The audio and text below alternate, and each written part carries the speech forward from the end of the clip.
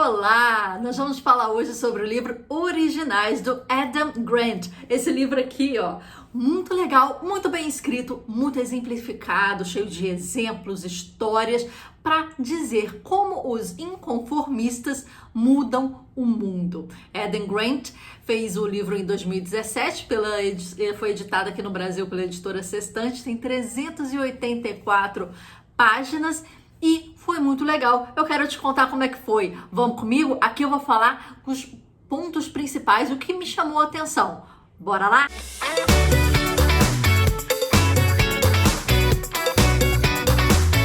Adam Grant é daqueles autores que escrevem muito bem e que te trazem para dentro da narrativa com histórias, pesquisas e dados fantásticos que corroboram para sua argumentação. Então ele vai te levando dentre as histórias, trazendo os casos reais para você entender o que ele está falando. Quem é Adam Grant, o autor desse livro? Ele é um americano, nascido em 81. É um cara muito novo, né? 40 anos hoje.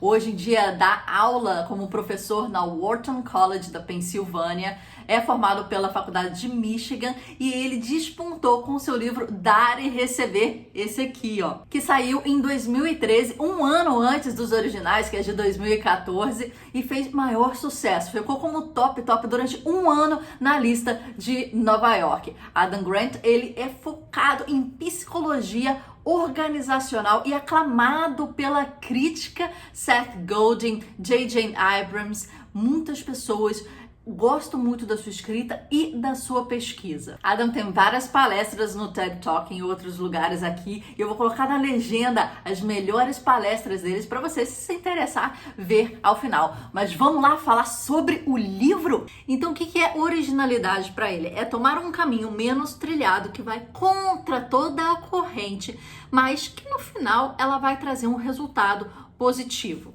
Quer dizer, ele fala que a gente não cria algo novo. Existe alguma coisa chamada de cleptomaníase, que ele fala que a gente revisita conceitos, coisas, fatos antigos e coloca eles em situações diferentes. Então a gente traz uma novidade a partir da utilização de uma forma criativa em um contexto atualizado. E isso para ele é a originalidade. Então o livro tem 8 capítulos e ao final tem como se fosse uma coletânea de pequenas ações, né? Se você for escanear o livro e ver só a parte final, você não vai entender muito porque não está contextualizada. Mas depois de entender e você for no final, vai ser muito legal para você ter somente as ações de impacto que ele sugere. E fica como se fosse um resumo de ações.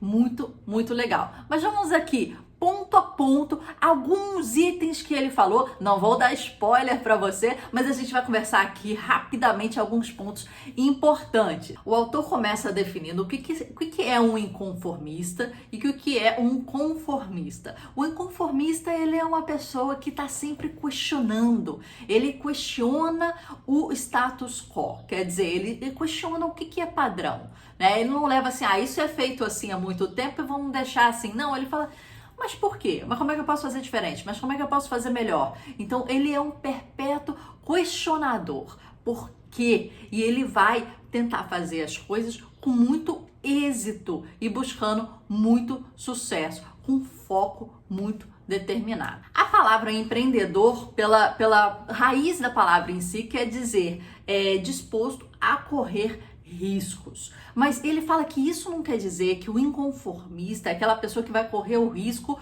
pelo risco em si. É a pessoa que vai correr um risco moderado, um risco totalmente calculado. E ele traz vários exemplos. Ele fala, por exemplo, que Michelangelo, quando foi solicitado para pintar a Capela Sistina, ele não quis, ele ficou muito temeroso e fugiu para Florença durante 2 anos para tentar internalizar aquilo, pensar como ele fazia, e depois retornou, esperou o seu tempo e fez o projeto.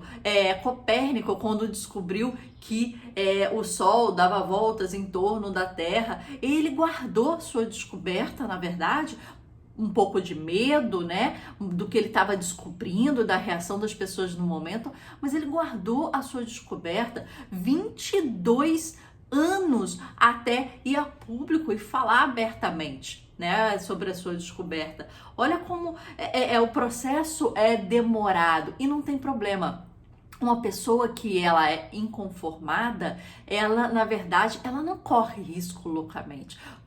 Ao contrário do que as pessoas pensam, ela corre risco completamente calculado. Ele traz também vários exemplos. O Warby, que é um exemplo é uma marca de armação de óculos, em que uma galera de faculdade, alunos dele, na verdade, que chamaram ele para fazer, né, parte, uma sociedade, ele se arrepende amargamente por ter negado, porque hoje é uma empresa que vende óculos online, tem lojas físicas também, eu já fui, é muito interessante, são de madeirinhas, um design completamente diferente.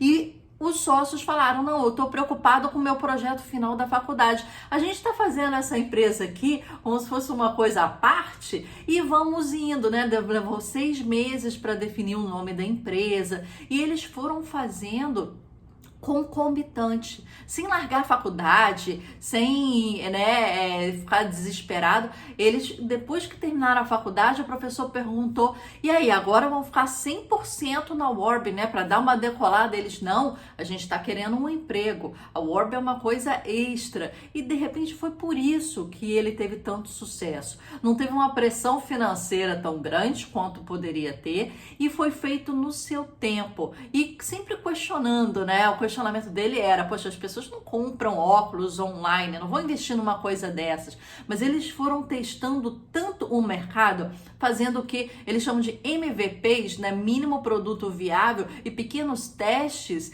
que aos pouquinhos eles foram conseguindo. E sem a pressão financeira, sem a pressão de tempo, entre os sócios, as coisas foram fluindo mais. Ele cita também Steve Jobs, ele cita também Bill Gates, que na verdade a gente fala que largou a faculdade, mas os passos desses profissionais não foram dessa forma. Ele pediu uma licença da faculdade, depois de muito tempo que já estava focado no seu projeto, já tendo algum retorno. Então, nada é assim tão louco, né? Vou largar tudo e vou pular de cabeça nisso. As pessoas que correm muito risco de um lado da vida, elas têm muita segurança de outro lado da vida, social, familiar, financeira. Então elas pulam e mergulham, mas contrabalanceando essa balança de risco. É isso que ele coloca aqui, exemplos muito legais. Depois de falar de risco e desse risco comedido, o autor chega e fala o seguinte: qual é esse parâmetro entre quantidade e qualidade? Ele fala que um gênio é como uma pessoa comum, só que ela fez mais quantidade daquilo e por isso, ao longo do tempo, ela vai se desenvolvendo mais. E não quer dizer que ela, de repente, fez uma obra de arte maravilhosa. Não, ela fez 250 mil obras de arte, 1, 2, 3 foram aclamadas pela crítica e deram bons resultados. Mas há muito mais trabalho. Ele cita alguns números impressionantes. A Guernica, o trabalho de Picasso, teve 79 esboços para sair aquela pintura final que vocês devem conhecer, senão tá aqui, ó. E que o Picasso tem 1.200 esculturas, 1.800 pinturas, 2.800 esboços e desenhos e 2.000 peças em cerâmica. Olha que loucura isso! Mozart fez mais de 600 músicas e ele morreu com 35 anos. Então, olha esse corpo de trabalho grande, né? A pessoa é obcecada pelaquilo e faz muito. Por isso, ao final de certo tempo, faz bem, além de fazer muito. Ele comenta aqui também de Shakespeare, 37 peças, 154 sonetos durante 20 anos de produção. E ele toca também no nome de Maya Angelou, que é uma escritora maravilhosa, já lemos livros sobre ela, e ela fala que tem 165 poemas. Para chegar depois ao poema Ainda Assim Me Levanto, que é considerada uma obra-prima. E fala sobre sua biografia, né? Que é aquela biografia que ela conta a história da sua vida, mas que existem mais de 6 biografias dela. E essa somente chegou ao grande público e a gente se lembra, né? Eu também não lembro das outras, mas demora um tempo. As pessoas fazem, repetem e aí sim sai alguma coisa. Então, mãos à obra, é quantidade para depois qualidade. Adam depois cita vários projetos que foram criticados originalmente, antes de irem a público, por pessoas que não deram valor a ele ou não souberam julgar de fato, e depois que foram a público fizeram muito sucesso. Um ponto que ele fala aí é o seguinte: quando você quer alguma crítica, faça o seu trabalho e pegue a crítica depois. Não fique pegando crítica antes ou durante, isso vai te atrapalhar a criar a sua obra de arte ou o conceito do que você quer fazer. Então, peça depois. E peça para quem? Esse é o grande ponto que ele coloca. Pedir para quem? Ele fala que a melhor pessoa para você pedir é uma pessoa que está inserida naquele mercado, mas que seja um artista ou um criativo puro. Quer dizer, ele faz uma distinção entre aqueles artistas que estão impregnados com a parte administrativa do business, né? E artistas puros, que só estão preocupados com o fazer. O artista que está preocupado com a parte administrativa, ele já tem uma preocupação se vai vender, como é que é o mercado, o que o mercado está querendo, como é que está aquele mercado naquele momento, como é que foram outras pessoas que fizeram algo parecido, vai fazer um comparativo. Enquanto a crítica pura que você está querendo buscar é uma crítica do conceito realmente, né? Daquela arte. Porque o contexto, a divulgação, a capilaridade, a logística, né, vai vir depois. Então, o melhor crítico para saber se aquele produto, serviço, aquela arte, aquele projeto vai dar certo, é uma pessoa que está ligada diretamente no fazer e é puro na arte, não tem nenhum influência em business, ou não trabalha nenhuma coisa em business, para não fazer contrapontos diferentes. Ele cita muito o Seinfeld, que demorou muito tempo para ser feito e ir ao ar. Foi ao ar, na verdade, foi feito um piloto e alguns episódios, né? E ninguém dava bola. Como é que é um seriado sobre nada, sobre uns caras que não fazem nada, e a crítica era, não, é muito judeu e é muito novaiorquino. Essa era a maior crítica deles, que não vai dar certo.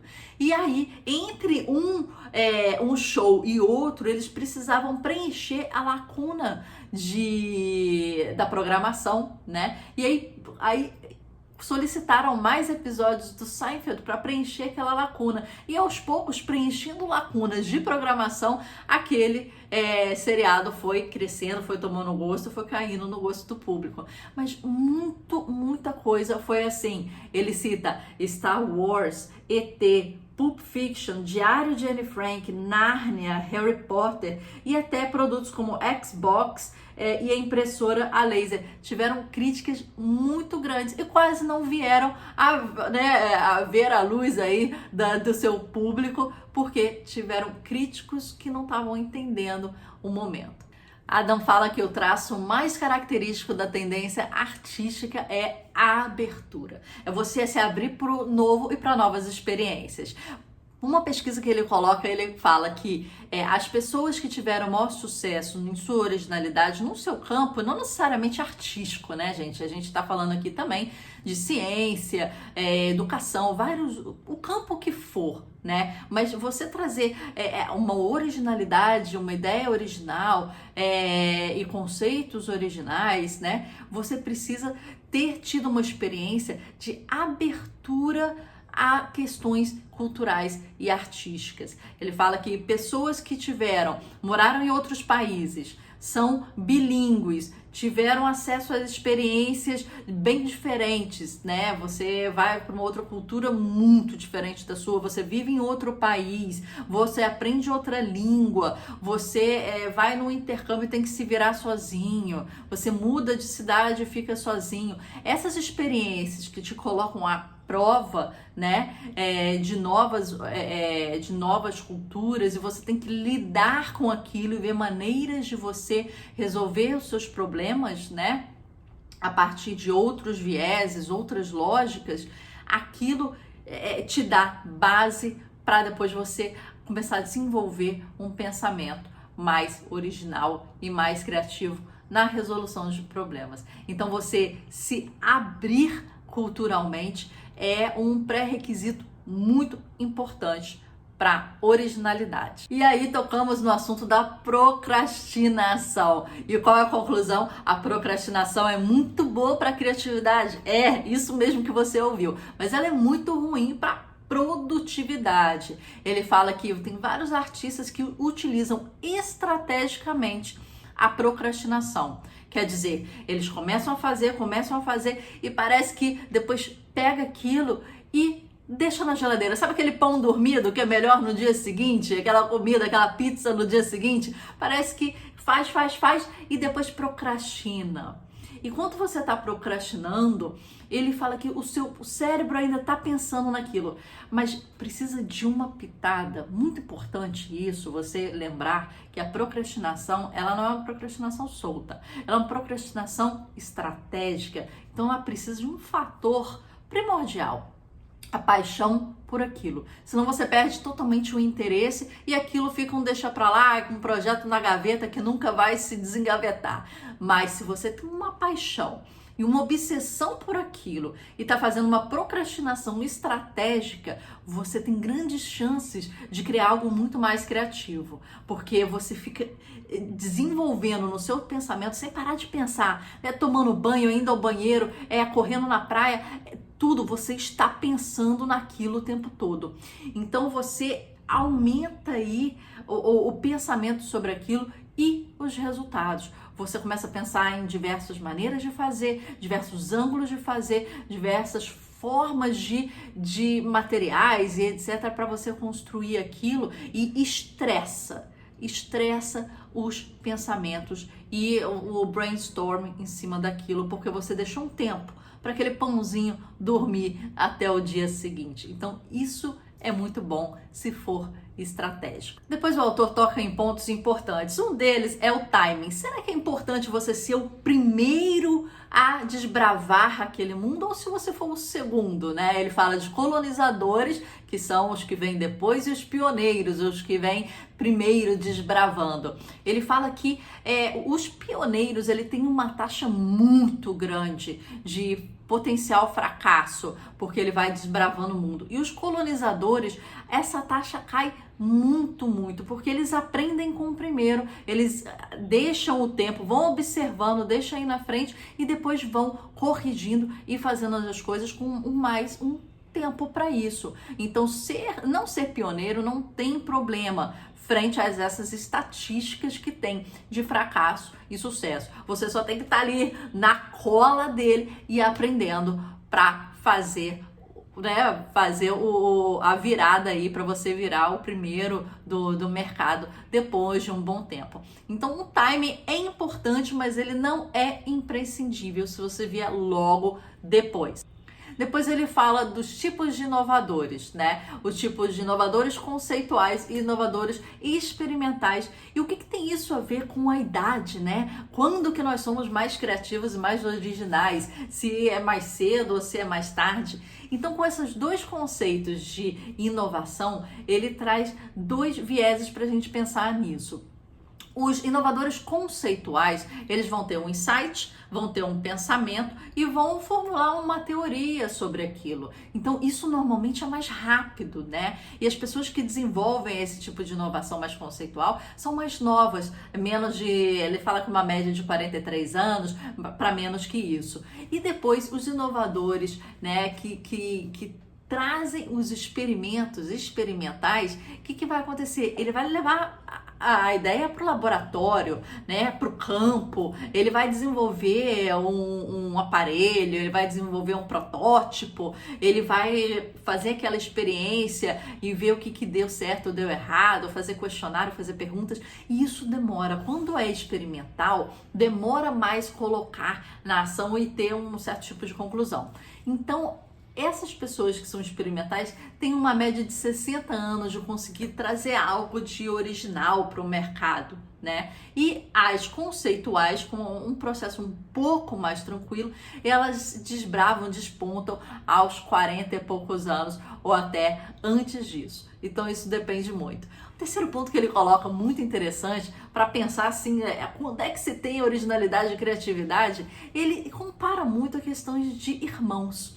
Irmão primogênito e irmão mais novo. Ele deixa um pouquinho a desejar ali o irmão do meio, né? Que ele fala, o irmão do meio é aquela coisa, já traz no nome, é média, né? Então as pessoas não se preocupam muito.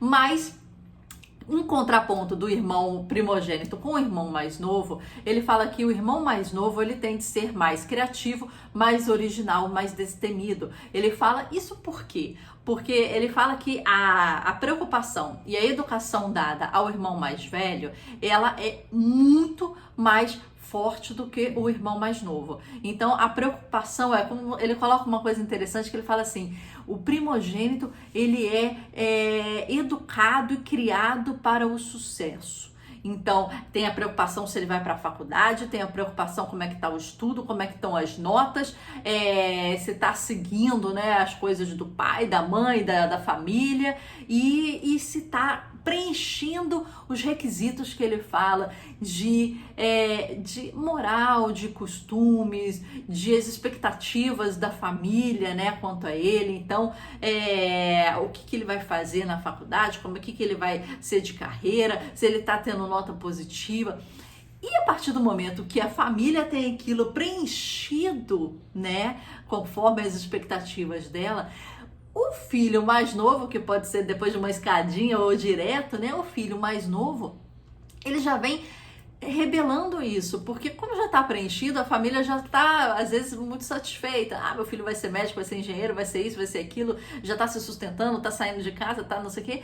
E o mais novo, ele vem questionando o status quo, questionando os padrões, trazendo coisas diferentes, sendo mais liberto dessas amarras que desejavam para ele certos tipos de molde. Então, nessa pesquisa, ele traz vários exemplos de pessoas famosas, né, em diversos ramos, que eram o mais novo. E por isso mesmo, por questões familiares, até de educação, de ensino, expectativas, né? E o contexto, ele se desbravou e conseguiu um nível de criatividade muito maior. Olha que interessante isso, né? Pra gente pensar. Pensa agora na sua família, nos seus irmãos, qual é a profissão deles, o que eles fazem, como é que eles são de criativo, de ímpeto, de se atirar nos riscos, que a gente já falou um pouquinho do risco ou não, né? Como é que é isso? Pensa aí pra você agora. Escreve aqui pra gente aqui nos comentários como é que é essa questão na sua família. Como é que é seu irmão? Como é que é sua irmã? Quem é você na escadinha aí? Fala pra gente. Vou falar só mais um ponto, senão a gente acaba falando o livro inteiro aqui e esse vídeo fica gigantesco. Eu juro, mais um pontinho que chamou muita atenção nesse livro, mas eu quero que você leia, hein? Por favor, link aqui embaixo, vai lá, compra o livro, lê o livro todo, porque vale a pena. Se você quer saber mais de criatividade, originalidade, tentar entender, é esse o livro. Adam Grant, muito bom. Mas o último pontinho que eu queria falar com vocês é o seguinte, quando ele fala que quando você externa uma ideia nova, um projeto novo, é muito bom você também descredibilizar esse projeto inicialmente. As pessoas quando ouvem algo novo, elas já vêm questionando muitas coisas. Mas se você trouxer esse questionamento já na sua argumentativa, você já quebra o pensamento da pessoa. Então, quando você traz, né, um projeto, você fala assim, não, eu entendo que o contexto atual é esse, ou entendo que esse produto ainda tem esse ponto a ser melhorado, ou que essa ideia desse projeto ainda tem isso a ser trabalhada para se tornar melhor, e sei que não é interessante esse ponto.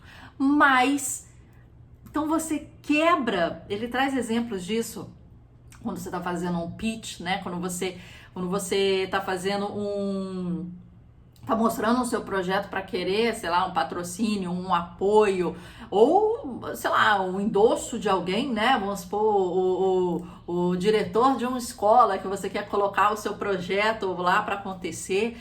Se você trouxer os pontos negativos dentro da sua argumentação para tentar um recurso, aquilo aumenta muito a sua possibilidade. Então, isso contradiz muito o que as pessoas pensam, né? E ele traz exemplos de pessoas que em reuniões chegaram e falaram, começaram o discurso da reunião falando, isso aqui não é bom por causa disso, ainda não é o ideal por causa daquilo e daquilo outro, tem isso de erro, tem isso de falta, mas olha aqui, deixa eu te apresentar os pontos positivos agora. E aí vai. Então, isso foi muito interessante, principalmente para quem é criativo e está trazendo algo inovador, em que a pessoa vai ter um receio de início. Não, mas isso é uma ideia muito doida. Não, mas como é que isso funciona? Não estou entendendo bem. A pessoa já se desconstrói porque o argumento dela já está no seu argumento, né? A rebatida dela já está no seu argumento. Então você vai jogando o jogo dela até você conseguir mostrar os pontos positivos, o retorno, os exemplos e os testes que você já fez. Então, isso é muito interessante. O livro traz essas ideias e muito mais, muito bem exemplificadas, trazendo a vida e exemplos de pessoas de mercado, como, né, Steve Jobs, Mozart, trazendo pessoas que estão na ciência, que estão na arte e que fazem muito a diferença. Ele fez um estudo muito grande, assim, de como são os familiares, como foi o contexto de criação, como é que as obras demoraram tempo, né, para serem feitas e como é que isso pode ser positivo, essa procrastinação que a gente acha que não é, mas ela tem que ser direitinha, estratégica, como é que, né, vai ser o risco, a gente acha que as pessoas se atiram o risco muito rápido, muito loucamente. Não, minha gente, as pessoas têm uma reserva financeira, tem uma família que suporta, ela tem um timing, ela fica num trabalho enquanto faz o seu projeto à noite. Eu, por exemplo, né, fiquei 15 anos trabalhando e aí criei o meu pé de meia e aí aos poucos agora esse ano que eu tô vivendo 100% para os meus projetos, para a arte. Então, são 15 anos, não é uma coisa do nada, é uma coisa construída, é um risco pensado. Então, leia esse livro, curta, me fala o que você achou aqui embaixo e estamos juntos aí. Você sabe, meu nome é Marcela Lana e a gente está aqui falando sempre sobre arte e desenvolvimento pessoal. Se tem algum livro que você quer que eu leia, escreve aqui embaixo, me dá sua dica, interage com a gente. Esse canal é nosso, esse canal é pra gente trocar uma ideia e bater um papo. Eu quero trazer aqui sempre conteúdo muito bom para vocês. Me ajuda nesse caminho? Vamos juntos? Te espero no próximo livro. Obrigada, beijo!